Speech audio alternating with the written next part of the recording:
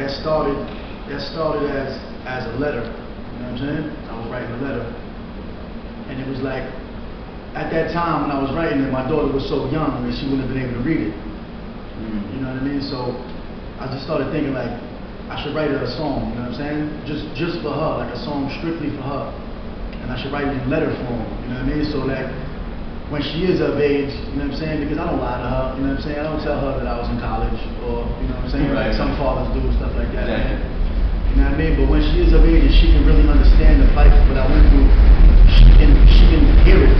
She'll always be able to hear it, you know what I'm saying? Instead of just having to let her read.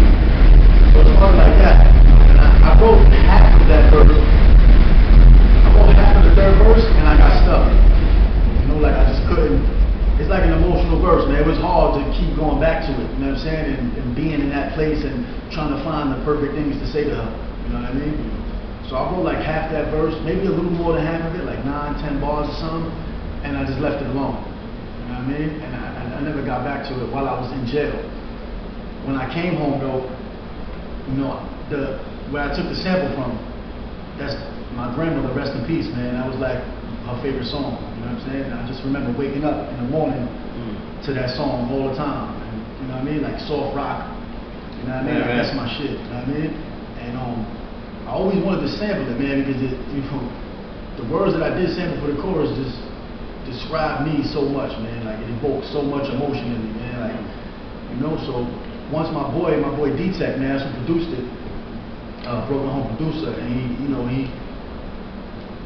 I sent him the song. I said, yo, see what you can do with this, man. You know what I'm saying? I always wanted to use this.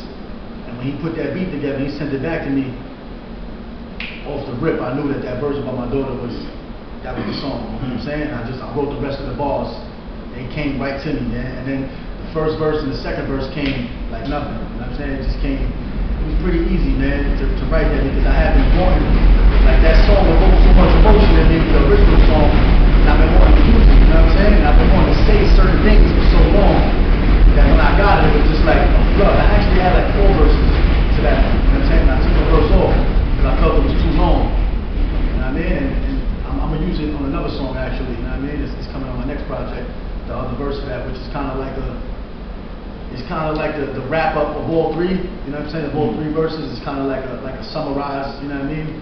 Just sending a lot of apologies out, man, and letting my moms know I understand, you know what I'm saying? What it was like for her, you know what I mean?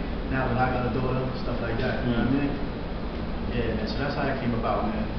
Just like a reaching out thing to my daughter was the root to that song, and then the rest just came together when I came home, man. I mean, you know, like the Hellzgate is filled with songs that good, and it's like I hate